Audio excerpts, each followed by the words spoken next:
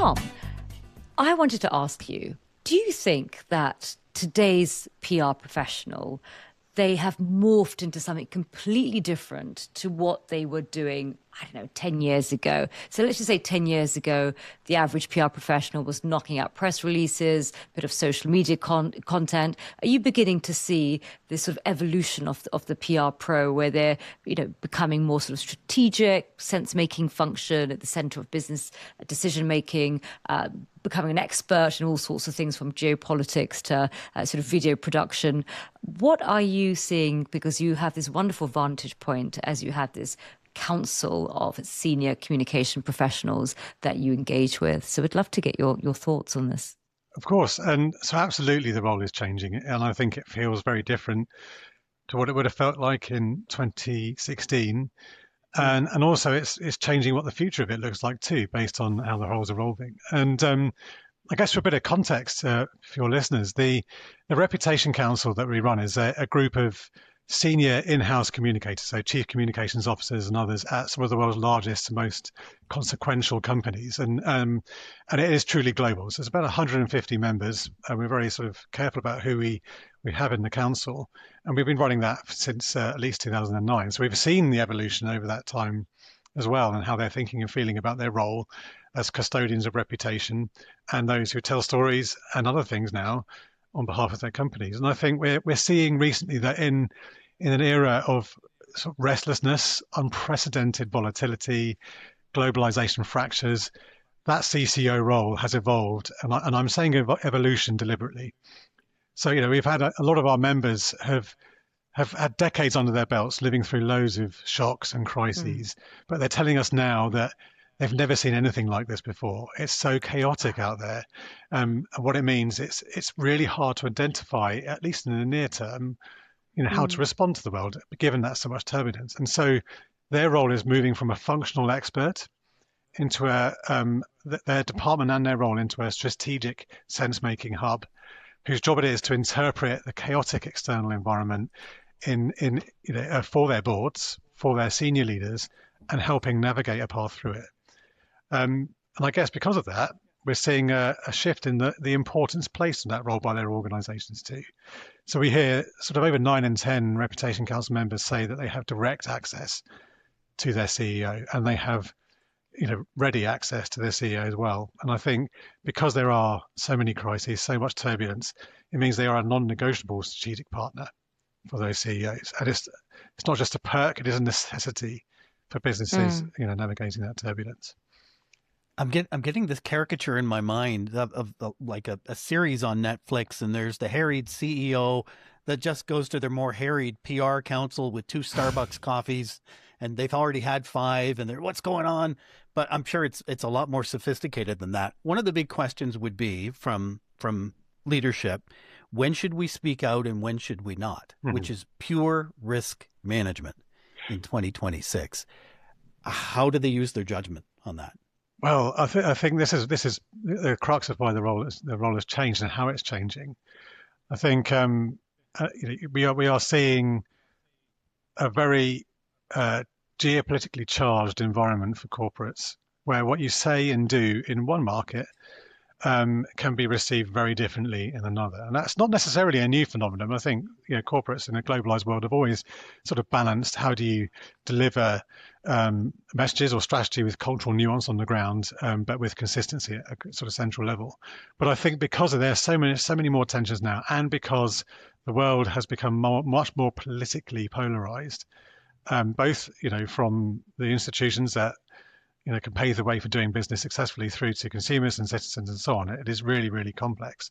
And I think the communicator now needs to really be attuned to the external environment in many, many different ways to understand where do we show up and where do we speak and what do we speak about that satisfies as many stakeholder groups as possible. So your customers, your people, wider stakeholders, with the full knowledge that you probably will annoy some constituents at some point, and being comfortable with that, but also holding back from having a point of view on absolutely everything. And certainly I've been in rooms with communicators where they've had to get on the phone with their CEO and say, don't get on social media and say anything about that, you don't need to.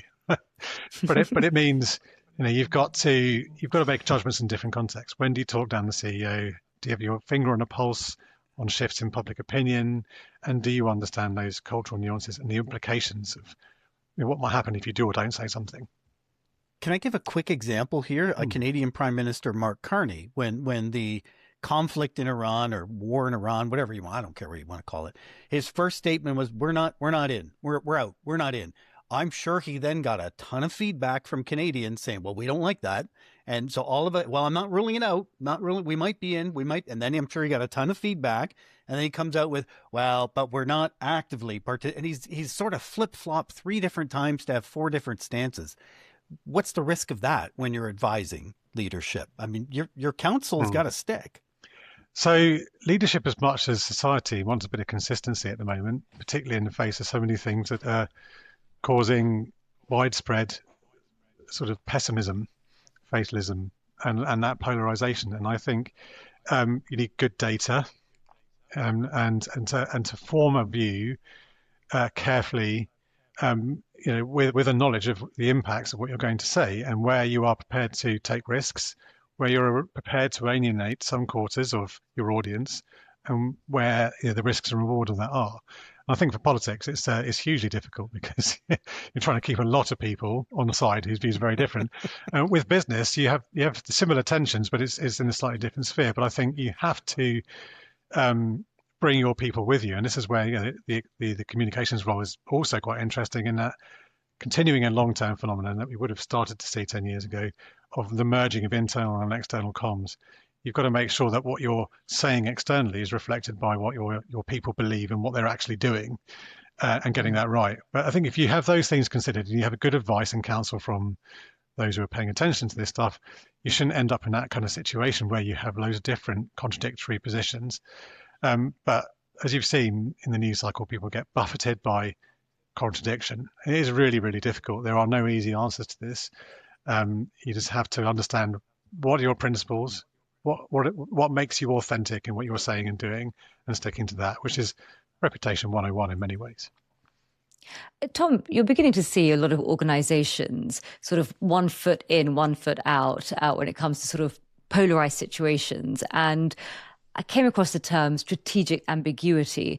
Are you beginning to sort of see that as a sort of a choice that communication professionals are making because the world is so polarized and is full of conflict? And although they understand that being ambiguous doesn't build trust, it fundamentally perhaps is a better road to take than taking one position or the other. Mm-hmm.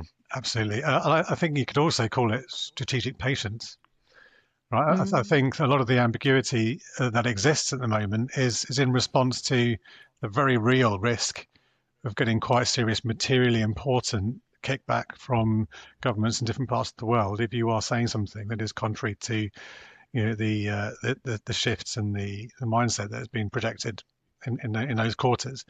I think how it manifests itself is a dialing down of loud pronouncements on things such as ESG or DEI, but those policies that underpin those things that may have been loudly broadcast in recent history are still things that manifest themselves in action with employees and internally as well. So I think it may be externally ambiguous, but certainly I think corporates are quite good still, in my experience, at keeping employees on side and not dialing back on commitments that may have attracted their people to them in the first place or made them loyal. And I think that's quite interesting. And I think a lot of companies feel that they don't need to broadcast some of that stuff very, very loudly. I think there is risk in that, though. I think you do run a bit of a gauntlet with that. I think in reputation and employer brand, for example, people need to know what you're about, know what you stand for, know who you are. And if you're absent, you really are missing out, and you haven't got those opportunities to build up goodwill in drops. And I think that's a real challenge. But I think the ambiguity will taper off eventually. But I think it'll be a bit of a reset. And we've seen loads of news stories and criticisms of companies having loud pronouncements on things that they had no real business doing so. They had no connection to their brand or their purpose, or they got it really, really wrong. And that's hard to recover from. we're talking about senior leadership and its counsel to CEOs, but I think that filters down. If I'm a university and I have a PR curriculum, are there things that I might look to start changing within the curriculum now to prepare PR students entering into this? Oh, absolutely. I've had conversations with some of our reputation council members about how they're hiring. And also in the context of AI changing employment in the knowledge economy and in PR as much as anything else. And what are the skill sets? What's the mindset you need from people? And I think we're seeing temperamentally a real premium placed on people with diverse cultural experience. So having lived and worked in different places, being able to speak different languages even, but also being really, really across a number of different dimensions. So that could be strategy, with a bit of political savvy, a good understanding of geopolitics, the mindset of a foreign minister or an economist at the same time. You've got to be good at connecting functions, so people who can bring people together and tell good stories there. An understanding of the principles of sound corporate governance, but also coaching. The communicators need to coach senior leadership about how do you be visible and human where it counts without taking too many risks, but also forecasting. So the use of data and the use of AI and the use of all the tools that are out there and the news cycle and so on to make sensible predictions about what might happen tomorrow, which is really difficult, but then tell appropriate stories or formulate appropriate strategies for communications and stakeholder engagement that bring all that kind of mix together into something coherent. And it's a tough gig. Scrutiny is everywhere. So I would say the final thing is for those students is to be taught a bit about resilience, because I think it's not going to be an easy job. God, not at all. And from the conversations that you have with these chief communications officers, what's generally the take that you're sort of picking up in terms of their attitude towards AI? A real mix. Well, actually, I'll just throw back on that slightly. A real mix for various different reasons. There's one is corporate culture, but also where you live. And so we know from our research at Ipsos more broadly that I'm quite lucky to rely on in our AI monitor that if you live in the Anglosphere, so an English-speaking nation, you're more likely to be nervous and a little bit trepidatious about what AI means in various fronts, whether it's for the development of products and services or your job and so on. But actually, if you live in Latin America or in Asia Pacific, much more optimistic and excited about the potential of AI developments than you might be if you lived in, say, the UK or Australia, for example. And that plays out for communicators as much as it does your everyday citizen, because they're buffeted by the same pressures. And so with that in mind, I do have a real spectrum of clients and how they're feeling about AI, and it's quite different. But what I am seeing is a mixture of frustration and optimism. So frustrations in that there is a little bit of a trend towards slimming down functions, because a lot of the tasks that may have been done by entry-level communicators a few years ago, can be automated to a degree. Crafting the first draft for a press release, for example. And there's different views on press releases and their use today, but I won't go into that. But also in that number crunching, that distillation of all of that information that I've just talked about, all those different lenses you've got to look at the world through, that is made easier by generative AI and sort of packaging up complex insights into ways that you can kind of at least start to make sense of more quickly than you would do if you had to spend time sitting in the library or reading through loads of newspapers and so on. So I think that there is a sense that the shifting role is enabled by some of these innovations we're seeing, and I think that's helpful. But there's also a bit of trepidation around the risks of AI when it comes to corporate reputation, particularly around mis and disinformation, fake news, fake CEO pronouncements. We've already seen social media posts moving stock market share price. Wow. For example, there was a pharmaceutical company and somebody had written a post saying insulin is now free in the US, which was obviously not the case, but it was already a controversial issue. And that kind of thing has material impact in the bottom line. So it's going to change how you prepare for crises. It changes how you respond to crises, and it changes how you monitor the digital environment and that sheer volume of content in a fragmented media landscape. So I think that's where there's a little bit of uncertainty about what's next because of the pace of innovation and the pace of change.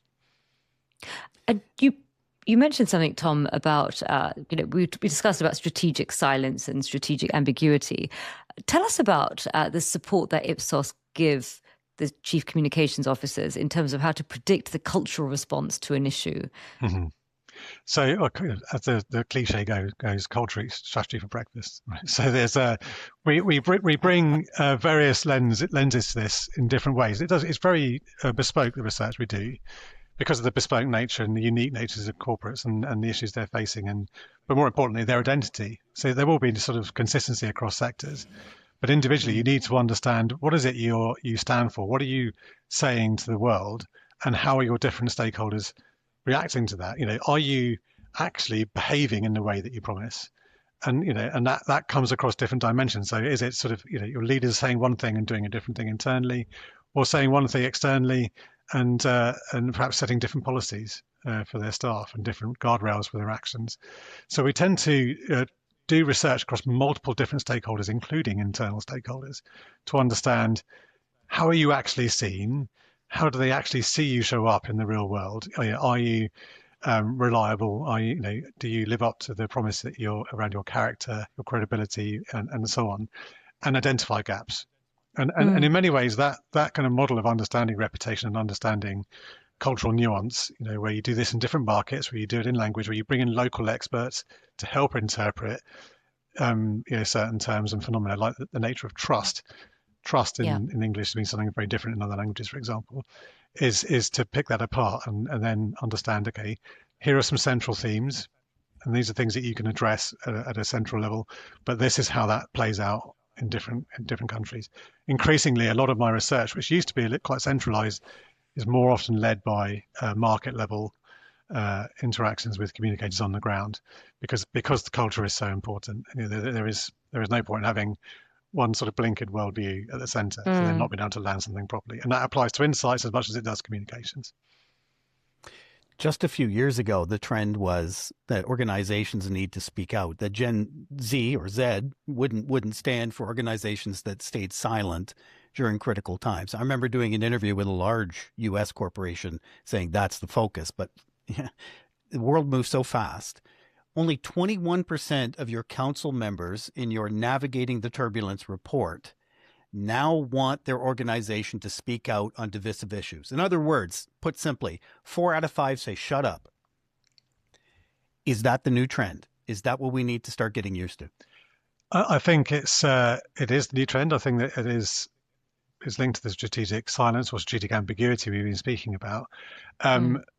And it is slightly at odds with what the public want. It's not just Gen Z, it is across generations. We know from our research that Ipsos, we run a study called the Global Trends Survey, which looks at 50,000 people across a number of countries on a range of issues. But one of these things is about expectations of business. We know that around 7 in 10 people believe that business leaders have a responsibility to speak out on societal and political issues affecting their country. Mm-hmm. Over 8 in 10 globally believe that businesses have a role to contribute, or a duty even, to contribute to society, not just to make profits. And again, sort of 7 in 10 agree that with the idea that they tend to buy brands that reflect their personal values. But this is opinion. So whether people actually vote with their feet and their wallets in these scenarios is an interesting one. So this is where observational research is so important in addition to opinion-based research. But I think this is why it's a bit of a tightrope for companies at the moment. They're stepping back because there is sort of from regulators and from the political sphere, there are very real material risks about standing up and talking about certain things loudly, particularly if it's going to be controversial to one or other end of a political spectrum. But I think this is why they're not entirely silent. They're just very, very careful. And those 4 in 5 are not saying we're not going to engage on anything. We're just going to be very, very picky about what we talk about. And I think that's sensible. I think it's sometimes silence speaks louder than words, which is a bit odd if you're in the job of communications, is to stay quiet.